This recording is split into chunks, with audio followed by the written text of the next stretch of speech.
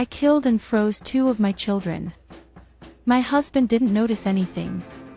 My name is Veronique Herjolt, and this is my story. I am an ordinary woman.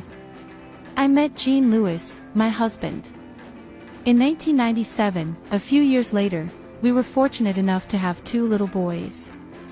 In 2002, my husband had a professional opportunity in South Korea, and we moved to Seoul in 2006.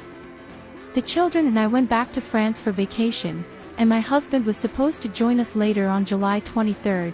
He discovered the bodies of two babies in our freezer and called the police in a panic, and autopsy was performed, and it was determined that the two babies had been suffocated at birth. They were both of European descent. In a hurry, my husband returned to France from our old house.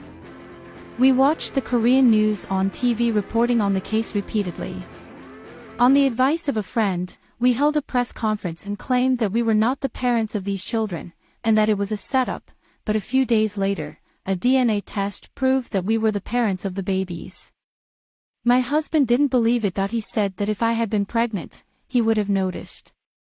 On October 12, the French police arrested me at the beginning of my interrogation.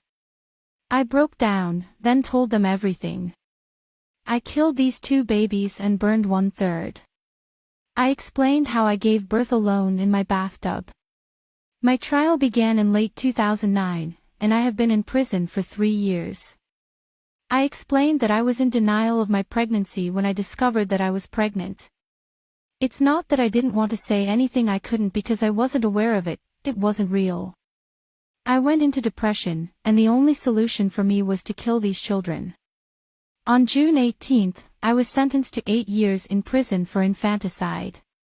I was released in 2010 for good behavior today. Jean Louis and I are still married and I am free. If you would like to support us and hear the stories of others, please consider follow us.